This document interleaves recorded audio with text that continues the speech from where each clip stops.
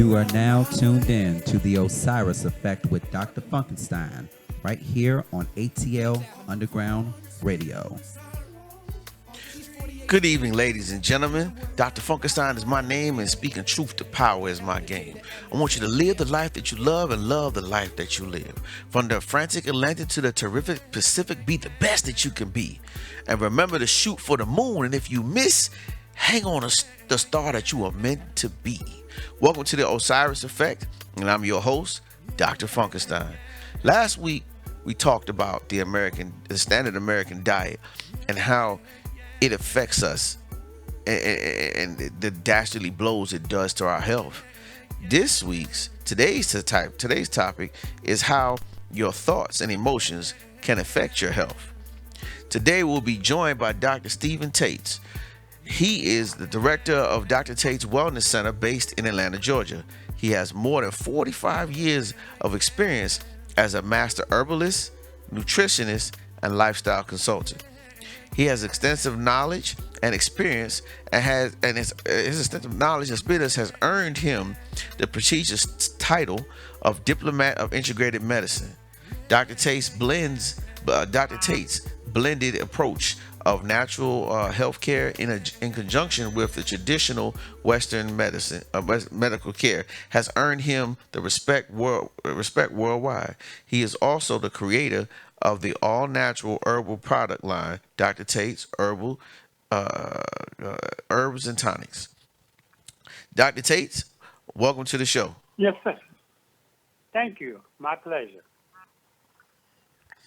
So, I'm glad that you can come with us today and break down the reality of certain things, because what a lot of us don't realize is the reality that emotional issues can stop you from creating healing within your body. If you think you're fat, then you will be fat.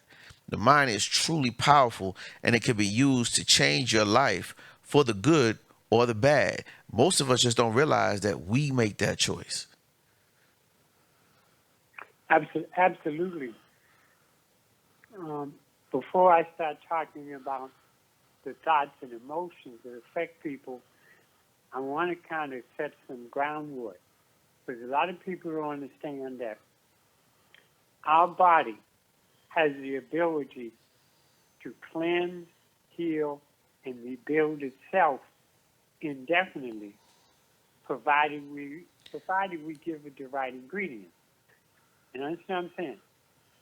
Herbs and nutrition, they help, but the body's the one that really heals. Same thing when you're dealing with your emotions. Now, some of the things that help in rebuilding the body is simple things like drinking more water, exercise, right kind of diet, making sure that you get good urination and bowel cleansing, that the body's cleansing, even breathing techniques. But none of these work really well when we're stressed, when we're depressed, when we're hyper, when we have different emotions that affect our body's ability to take care of itself. I've seen people that physically they should not have high blood pressure, but they actually will believe that they have high blood pressure, and it would cause the blood pressure to increase.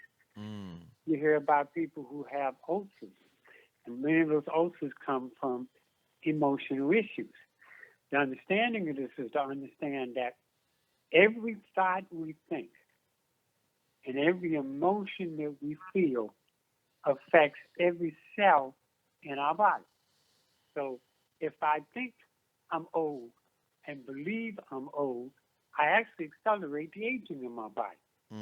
Like I said before, if I believe that I'm sick, even if there's no physical reason, I start to manifest that in the body, because it's like sending messages to the body. And when you're sending those messages to the body responds in accordance with the message you give it. So if you're taking some excellent supplements or herbs, but you really don't believe it's going to work, and you really deeply don't believe it, and you feel powerless, like there's nothing I can do to get myself well, you set your body up and you set yourself up for failure. Emotions can have very distinct issues in the body. Like, for example, anger. Anger can cause inflammation and swelling, which in turn will affect circulation. And this anger, when you build it up over days, weeks, months, and even years, it can start to weaken the liver in our body, which regulates our entire system. Or if I am, depressed or moody, or, like I said before, feeling powerless or helpless, or have a very weak belief system, or I surrender to everything that I hear, then that can create depression, which in turn affects the adrenal gland. But also these moods can affect the reproductive or sexual functions in our body.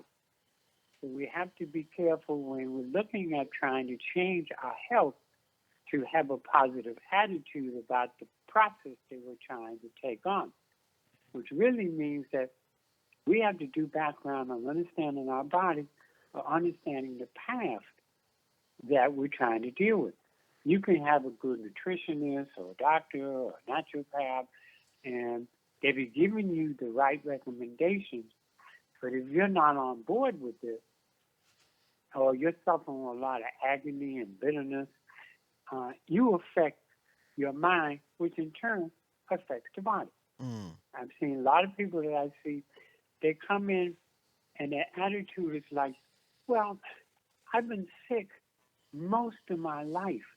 I'm just looking for something to ease my pain or something to relax my body, but I know there's nothing I can do in order to fix me. There's nothing I can do in order to help my health.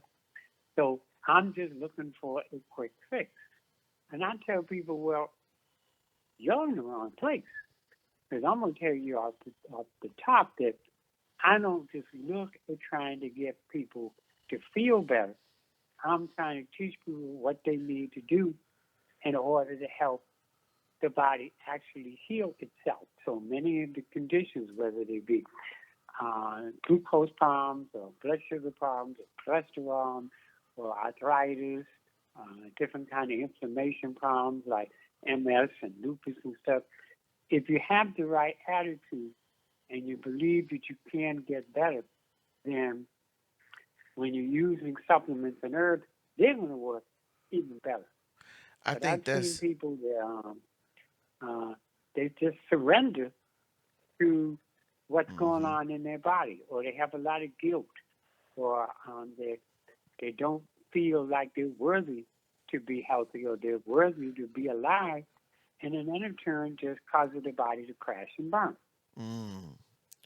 I think that's profound because a lot of times we don't understand, like, okay, I got this headache, so let me take this ibuprofen.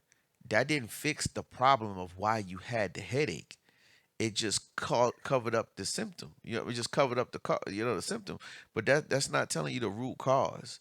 And I think that's the problem with the way that we think. Like you just said, we give into our bodies when instead of understanding that we technically control our bodies. So I think that's really profound because we need to understand that just because you have high blood pressure don't mean you have to have it forever.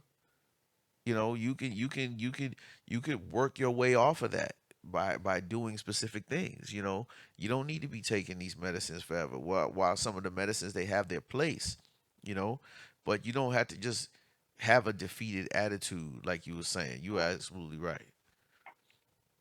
Yeah, and I would add to that, Doc, is that sometimes people will go into a physician and they be diagnosed with, just say high blood pressure. And the doctor would say, well, you need to be on this medication. And you're going to be on this medication all your life because you're always going to have high blood pressure. If you accept that, what you've done is you've surrendered your own power.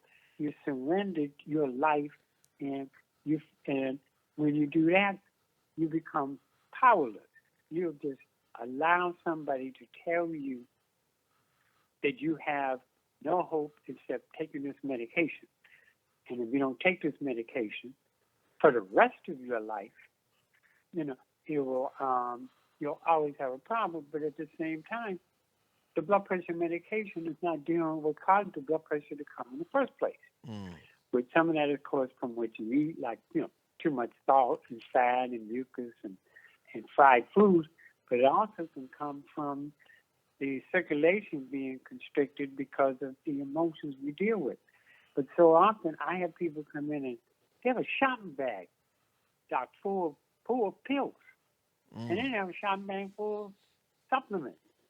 And somebody told them that you need to take these for the rest of your life. What have you done? You've just given up. You have given up.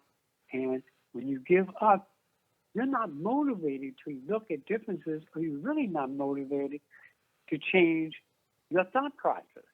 Because it starts with your feeling that you have a value, that you have worth.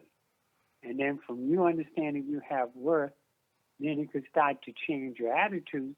And then when your attitude starts to change, then it will change how you think about yourself and how you think about your body. Because the body and the mind are connected. They're not really separate. And so it has to be a harmony between your attitude and your behavior and what you do physically for your body.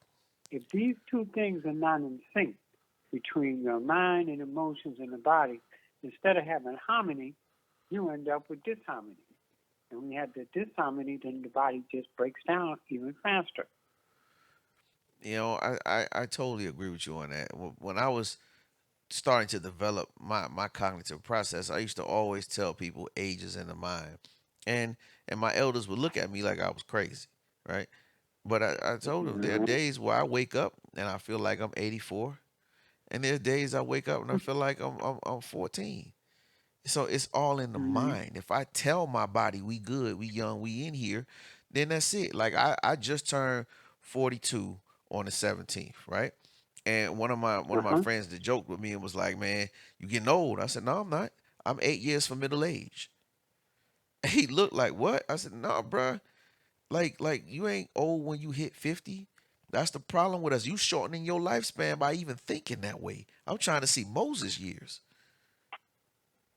Yeah, that's that's a good point you make. And it's interesting. It's interesting, Doc, that you would say that because I tell people you've got one or two choices.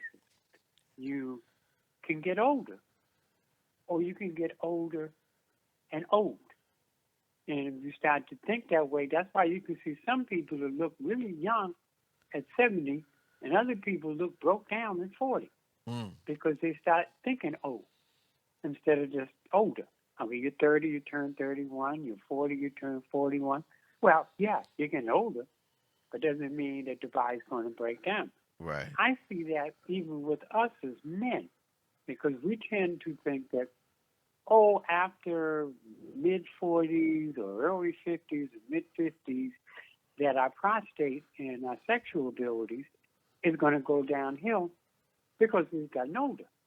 So when you say that, then the body's going to respond that way. And Mm, that's what I'm saying. Sometimes that whole ED or erectile dysfunction, half of it is what you're not doing right for the body, like not drinking enough water, not getting the zinc and vitamin C in, not getting good circulation. But the other part is believing that as we get older, it's supposed to fall apart. I mean, I've seen this time and time again. I'll give you another example. I had a woman that she had fibroid tumors, and I put her on a program, and Doc, she was following it almost to the letter. mm, But the fibroids wouldn't shrink. And the fibroids wouldn't shrink. They didn't grow, but they didn't shrink. And the reason why they didn't shrink is because she had a lot of anger built up inside of her. Now, mm. the anger was justified, but I was trying to tell her, like, look, you need to let that go. I mean, she'd come in the office and I would say, well, you need to let go of that anger. And she'd like, I don't have no anger. I'm not angry. Why are you calling me angry? I said, well, you just you just confessed to just what I was saying. But it's stored in her body and was giving her pain, and it wasn't going to shrink no matter what I did. So I worked with her for a couple of years, and And she moved out of the city, moved out into the country, came back, and fibroids had shrunk down to almost nothing. Mm. And I asked her, I said, what did you do? She says, I followed the program you gave me, but I realized that my emotions was destroying my life and destroying my body. And I had to let go of that anger that I was storing in my body. And she said, when I started letting it go, then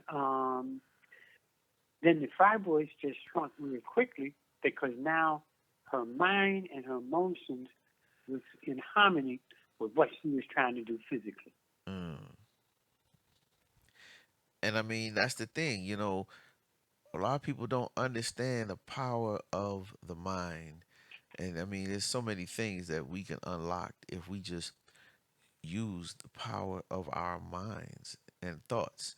Mm-hmm. And we ain't even talking about the spiritual thing, but when you speak things, you speak it into existence. All of these type of things all go with what you're saying, Doc. Yeah, yeah. And but I throw another thing in there, Doc, is that there's two aspects of this. There's one where our own mind and emotions is tearing down our body or building it, which I think on the positive side too. But then there's also many times the people that we're around. Mm. Because sometimes I've seen people that, and we all know this, that their moods, their attitudes are so dark, and they got so much anger, or just some cases just pure evil inside of them, that being around them, it feels like they're sucking the life out of you. Mm. They're depressed, they're screaming, everything they talk about is a destructive or negative kind of energy. And then you have to be careful because you can draw in those people's energies Yeah. into your own body and into your own spirit. So now you've got yourself, which is shaky, and then you're around a bunch of people that are unhappy or miserable or procrastinate or moody or, we can go down a long list of stuff. Their their morality is shaky. I mean, we can go down a long list of things. And then what happens is you start absorbing some of that energy from somebody else. So now Mm. you've got your own you got to deal with, and then you're around people that that are they just drain you and it just depress you. I give you an example of like two different type of people. You could have somebody that wins the lottery. Oh, they got $10 million, and they're complaining. Oh, Uncle Sam took out $4 million out of that 10 million. Well, you still got 6 million. But then I got some other taxes, and what am I going to do with this money? I mean, they just stressed themselves out, and they got a blessing, and they stressed themselves out. Those are not people you want to be around. Right. And then you can have somebody else that might not be able to rub two quarters together. But Mm-hmm. you're around them and they make you laugh. You feel good being around them, and it makes you feel good, and you have a more positive energy, which gets into your body, which helps the body in its healing process, helps the body be able to cleanse and heal and rebuild itself. So you have to watch out. I call them, Doc, I call them energy vampires, Yes. for lack of a better word. I mean, they'll suck the life out of you like the vampires in the movie will suck blood out of you. They'll suck the good life out of you and dump the bad stuff on you.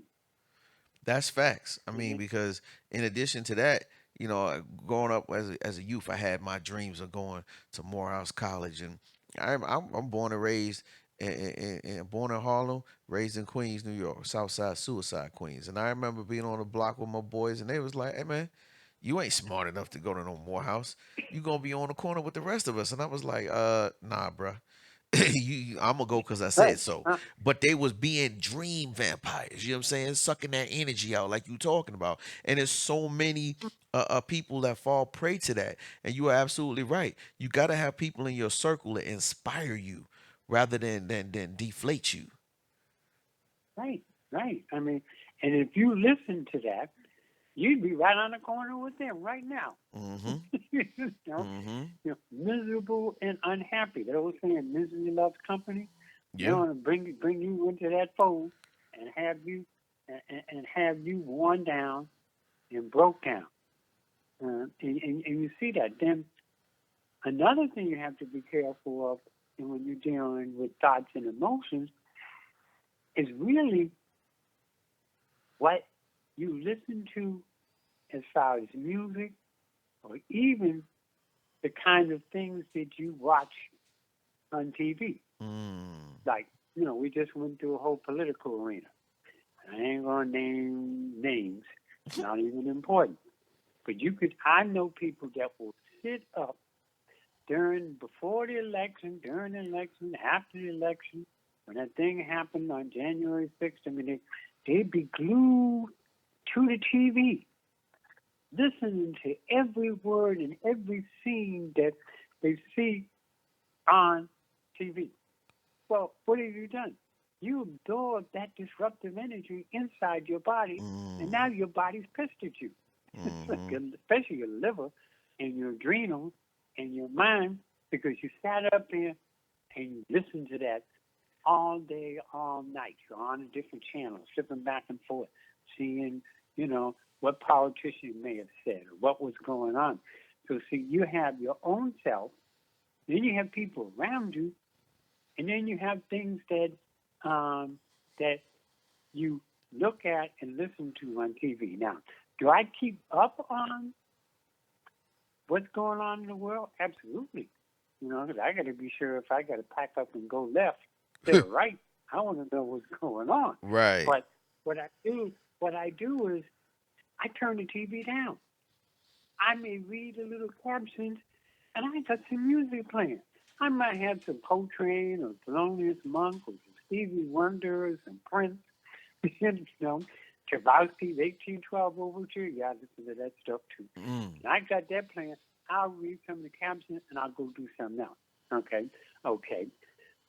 Some nuts storm the Capitol. Okay. I ain't going to listen to every detail because that energy, I'm sucking in that energy into my body. Give you another example, Doc. It's like in ancient Africa, when a woman got pregnant, she was around her husband for the first 3-4 months. Then the women who were pregnant were taken away from their husband, and they spent the rest of their time around the elder women, teaching them about motherhood and singing, dancing, giving them that good energy, so they could be assured that that child mentally and emotionally, was born with the right kind of energy. And like I have women who are pregnant, and I say, look, you don't need to be watching Friday the 13th, Part 57. You don't need no hormones because those emotions also gets into your unborn child. Ooh. So when it absorbs in the unborn child, then that child is born with that kind of energy. You fed that child while you was carrying that child. That's how dangerous thoughts and emotions are, because we can come in weak-minded and nervous and just off balance because of the emotions that the mother had to deal with while she was pregnant. I've told many women. One woman, she told me, she says, look, my father lives upstairs, in the upstairs apartment. My brother lives in the downstairs apartment. And my husband and I live in the middle apartment. And my husband and my father and my brother are all arguing with each other over everything. It could be sports. It could be the sun is up or it's raining. And that arguing, that energy was going into her child. And I had to tell her, if you keep absorbing that, you might have a miscarriage solely from the emotions you put in your body that constricts, the evolution of that unborn child in your body. I told her, I said, look, you have to get angry and go off and kick them all out of your house. Mhm. I don't want, if you all going to argue, leave, because you're trying to protect you and your body. That's the energy that comes in, which is the opposite of when the African elders took the women and put them in a real calm, soothing environment so that the birth of the child would be easy and the labor would be short and that the child would be healthy. Now, show you the opposite. They did the opposite negative kind of things during what people call slavery. Because I say call slavery because I'm going to say this because your words and your thoughts have a meaning. I had somebody the other day say to me, well, our ancestors were slaves. I said, well, maybe yours were, but mine weren't. Yeah, they were. No, they weren't. Yeah, they were. No, they weren't. Yeah, they were. No, they weren't. I said, well, he said to me, well, if your ancestors weren't slaves, what were they? I said, prisoners of war. He looked at me and said, what? Yeah, prisoners of war. Europe declared war on Africa. They captured a bunch of us and put us in forced servitude. He said, well, what's the difference? I said, the word slave, the word itself is demeaning. The word itself strips some of your power. Yes. It makes you powerless when you think, I'm an ancestor of slaves. I'm an ancestor, I'm a child of slaves. My mind is, I'm a child of my elders that were prisoners of war. They were captured and they were like POWs, not slaves. So even the words you use or the word you allow people to use can have an effect, which in turn affects your health. If said set up, go ahead. Were you going to say that? I was gonna say, it's so real that you say that, because I was talking with a brother a couple of years ago, and this is before my thought process started to change, and I was like, he asked me, I said, I'm from the hood. He said, see, that's the problem with your generation. I said, what you mean? He said, you allowed them to take the word neighbor out of the word neighborhood. That's why you don't love your neighbor. And I just was like, okay. And that's what started me to think along the lines of what you're speaking of, because what you're saying is so deep. Rather than being the ancestor of a slave, I'm an ancestor of a prisoner of war. Prisoners of war have a certain level of respect. Okay, right. you know what I'm saying? Whereas slaves don't get the respect that they less than human. They 3/5 of a man, but a prisoner of war is still a man. Right. Yeah, and you got a good point, because words that people say, if you accept them, will start to strip you of your power. Just like we talked about, slave versus POW, or you're going to always be on that corner with the rest of us. I mean, no. Somebody keeps saying to you as you're growing up that you're worthless. You'll never amount to anything. You were a mistake. I accidentally got pregnant. I mean, you're putting that seed of destruction in somebody's head. And it takes some people rise above that. Too many people can't rise above it because they don't understand the effects of that energy absorbing in their body. Now, I was making a point with the whole slavery POW thing. It's like, during slavery,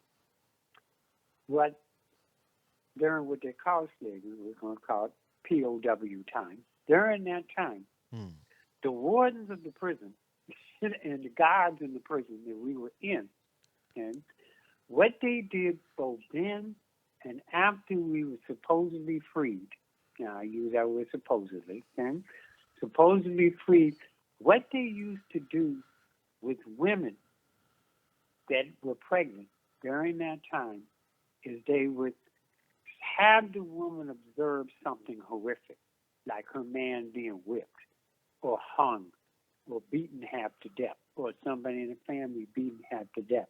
That fear that was put into that woman and into that unborn child when that child was born, that child would have an unnatural fear for white people, which I call Europeans, okay? But have an unnatural fear. We're born with it. So we can sometimes inherit some of this stuff based on where our family is. I've had some people come in, I got families come in, and I can always tell by the woman and the children what kind of man is around them or if there's some kind of man around them. And I've had children come in and they'd be in my office, doctor, jumping up and down on the furniture. And I'd hear the mother say, stop. But the child's not going to stop because the child knows you're weak. You know, even if they can't pronounce weak, they know that. Father will come out. The father will say, y'all need to stop jumping. Just stop for a minute. And then when they go back in my office, the kids are jumping up and down on the furniture. I go out and I look at them and look them in the eye and say, your butt better sit down. I better not hear another word out of you. You know, read something. Here's something for you to read. You know, here's something for you to do. Now let me come back out here. And they look at me like, is he bluffing or not? You know? But my words had respect for them, but authority at the same time. I settled them down. Had no more problems. The parents was wondering, like, what did you say to my children to keep them quiet? And I'm saying, like, you have to ask me what I said to your children. So these children go up. They're not going to have any discipline. They're not going to have any control. They're going to be out of control. Yep. And they're going to, their way of living is going to be destructive because you haven't instilled some stability or harmony in them because you have no stability and harmony. And I know this because when I grew up, my mother and father used to yell and scream at each other a lot. They used to scream from the other side of the room. And it was really strange. I never seen anybody would argue. One would be on one side of the room, and the other would be the other side of the room. I think that's because one time my mom almost cut my father. You know, and you decided to stay at the other side of the room. But then, as I was growing up, I could not stand hearing people scream. When I was dating a woman, they started raising their voice. Oh, no, we ain't having to. Because I wasn't going to accept what I saw in my family and what they were going. Of course, after so many years, my mom and father trying to settle down, but that was still in me. And every time I heard somebody trying to raise their voice, I could feel it in my core. And I had to recognize that and rise above that. Still didn't let people scream and yell at me or scream and yell around me, but I understood why I felt that way because of some of the things I was exposed to in my family, in my life, in my surroundings, at work, wherever it may be. Well, listen, we are going to go to commercial break. And we're going to come back right after commercial, and we're going to talk some more about specific things, how your emotions can affect you specifically. First, when we come back from commercial break, I want to touch on like high blood pressure, but we'll be right back after these messages.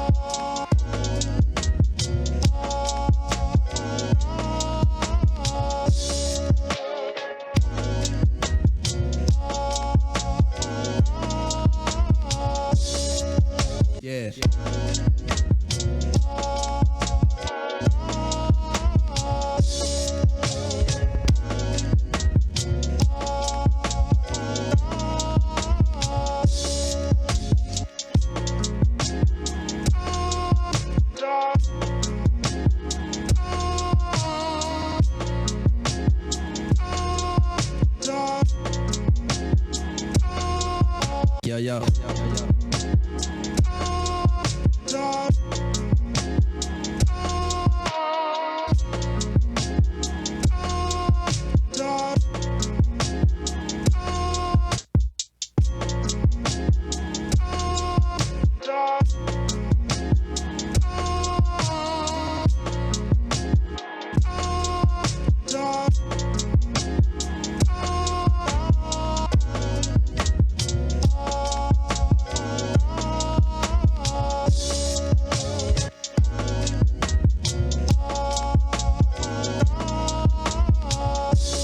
know what I'm saying? You know what I'm saying?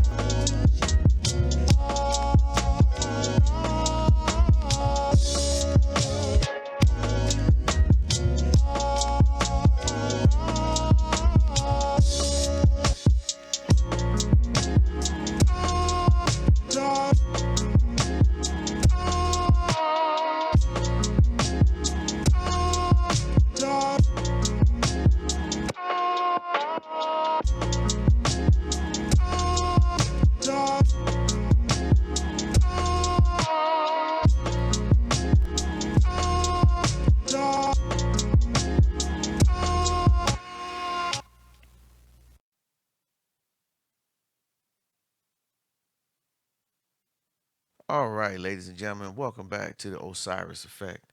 We're gonna start back with Dr. Tates, and we're gonna talk about emotions, and I'll tell you a little story. I was going through some things in my life, but I didn't really recognize the effect it was having on me.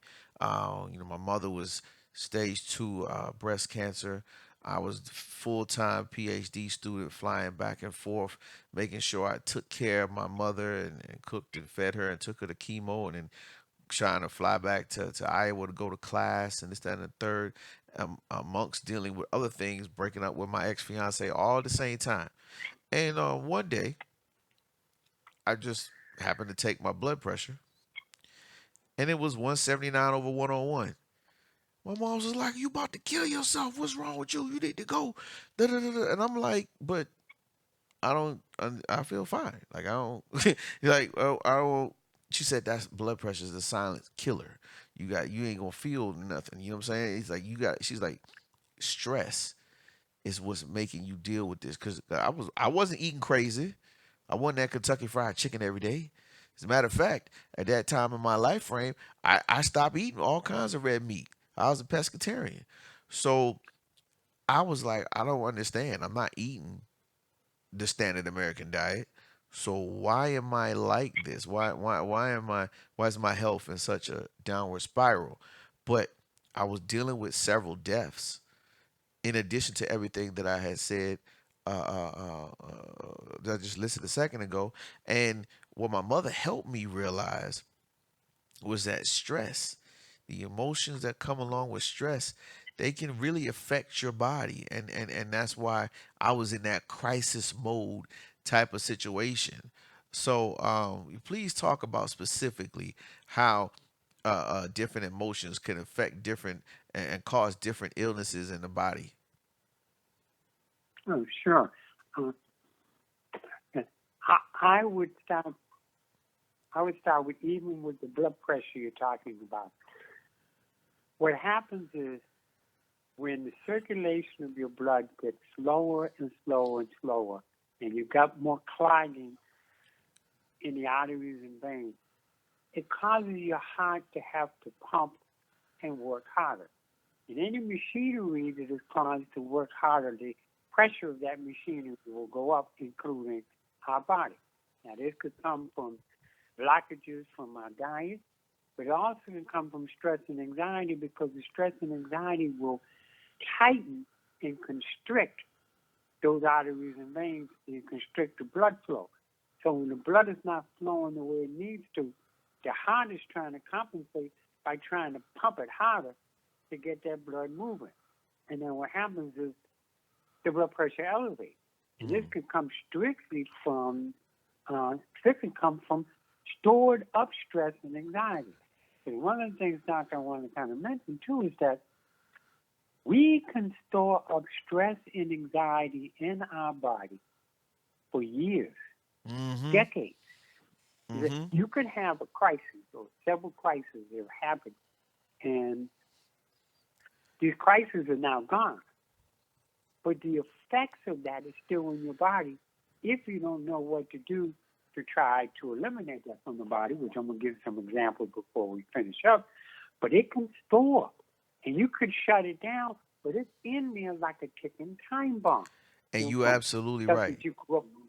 Mm-hmm. Absolutely Yeah. right. Cause like, Growing up. cause of cause 2012 I was dealing with death of my stepfather. Then 2014 my biological father passed. In 2015, my mom got the diagnosis, and then so it was so, and my mom had to help me realize you got all this. Now me, I'm like I'm a man. I got this. You know what I'm saying? I'm a soldier. We just deal with what life gives us, and we keep it moving. And she was like, yeah, but you ain't never decompressed from all that.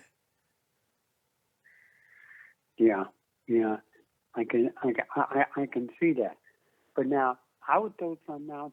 All those incidences that you dealt with in your family, which is like really close, the effects of that, if we're not careful, can still be in our body 10, 20 years from now. Mm, And I don't believe in the words, stress release mm, or stress reduction, because that's unrealistic. We can store so much stress in our body that we'd have to come back a whole nother lifetime to try to deal with what we get from this life. You can do what I call stress transformation. You mm, can transform that energy. I mean, the first thing is recognizing that it exists. Just like when you was talking about and you started to feel, you're recognizing how it existed right. and things that contributed to that. Then you go through steps to try to recycle that stagnant energy. You notice I use the word stagnant, because that stagnant energy can be up in your arteries and veins and up near your heart. It can be in your brain. It can be in your belly or in your colon.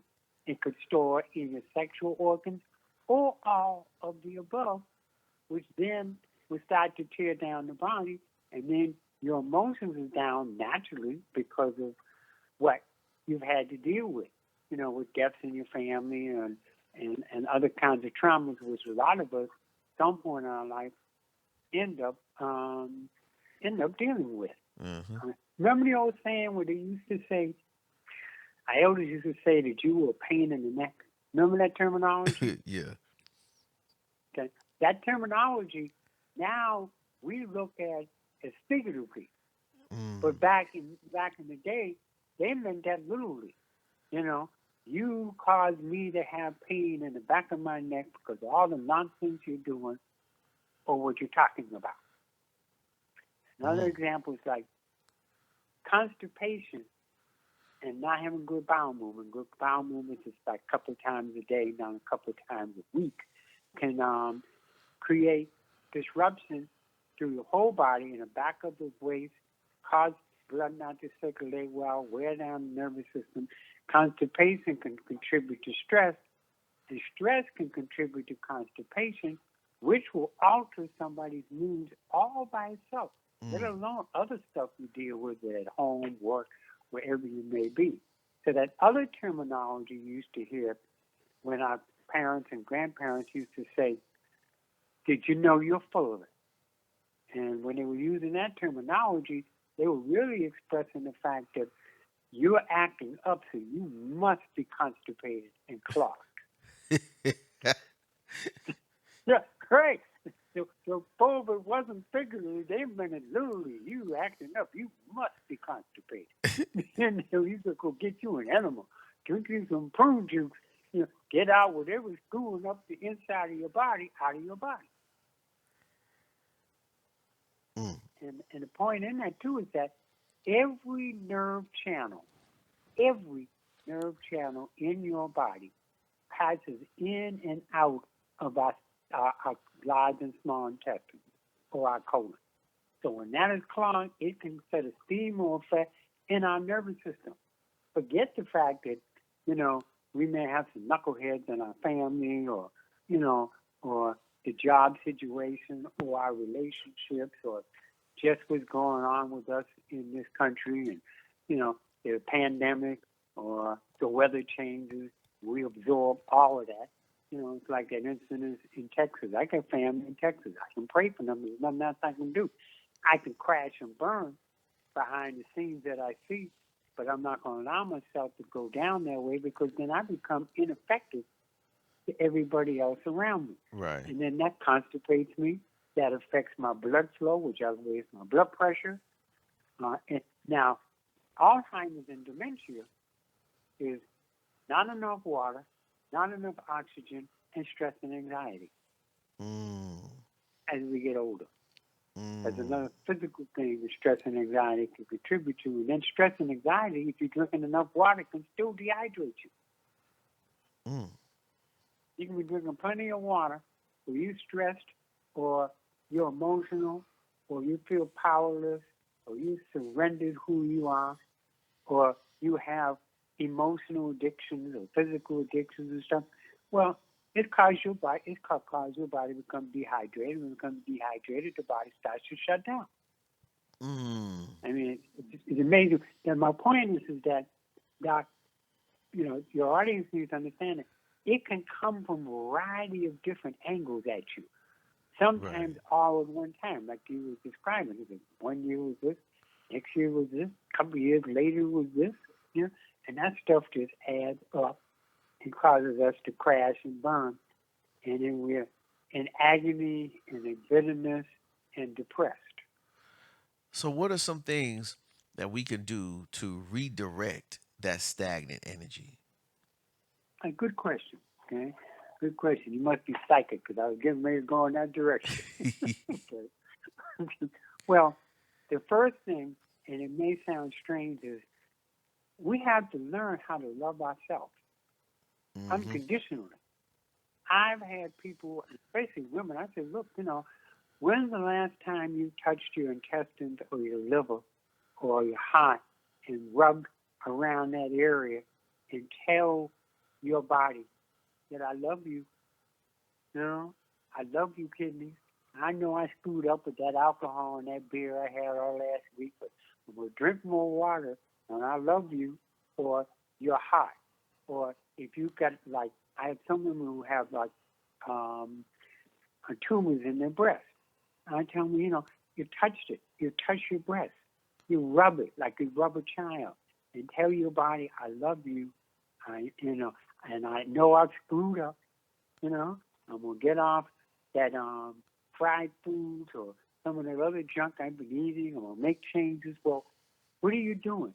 You're setting loving thoughts and emotions to your body, which causes the cells, like, think of your cells, how can I put this, like, think of your cells as having a rhythm or a musical beat to it. Okay? And behind the stress and anxiety, that musical beat is now like acid rock, or, rubbing your fingernails across a blackboard. But then when you send in love to your body, it's like your cells absorb that energy. And then it's like, yeah, now you're doing some P-Funk or some jazz, some R&B. Your cells like, hey, we can start boogieing now. And that comes from your thoughts and your emotions and sending that loving energy to your body. And then when somebody sends something to you, say somebody says something, I've been known wave my hand in a circle in front of them and say, I reject that energy. I'm giving it right back to you. No, I don't want it. I mean, because you're protecting you inside. And then the second thing I would mention, we have about 4 or 5, make sure we cover these. Second thing, is I tell a lot of my people to put in big letters, get a life. And how do you get a life? What you do is you end up making 2 lists. One list of things that you used to do, that you used to enjoy, that always made you happy, that wasn't destructive. And then things that you wanted to try to do, but you never thought you had time. I don't care if it's miniature golf or swimming or listening to some opera music. You make lists, and in order to rechannel and recycle that energy that's disruptive, You got to be doing things that make you laugh or constructive. I don't care what it is. I keep some tapes of some comedy stuff like, Red Fox and Mama Mabley and Sinbad and, some of them. I have them on tape. So when I have one of those long days, I said, no, I'm not going out like that. I'll turn on some comedy because I like it. I may turn on the Animal Channel because I want to watch the animals run around and act crazy. I mean, but you create, a list of stuff, and that's just an example. I have a friend that I was telling he needed to get a life. And what are the things that you like to do? And he said, well, I was a paratrooper, and I love jumping out of a plane. I said, well, when was the last time you jumped out of a plane? Oh, it's been years since I left the service. I said, why don't you go and do some parachuting? Just jump out of a plane. And I said, before you go, check your blood pressure. And he checked his blood pressure, and it was like really high, like 175, 180, over 105. Ooh. And he went jumping on the plane. Then he checked his blood pressure. Blood pressure was down to 130 over 83. Wow. But see, the point is, he did something he liked. Now, and he's a good brother, he's a good friend, and he was trying to convince me, he said, Doc, you need to come up and jump out of the plane with me.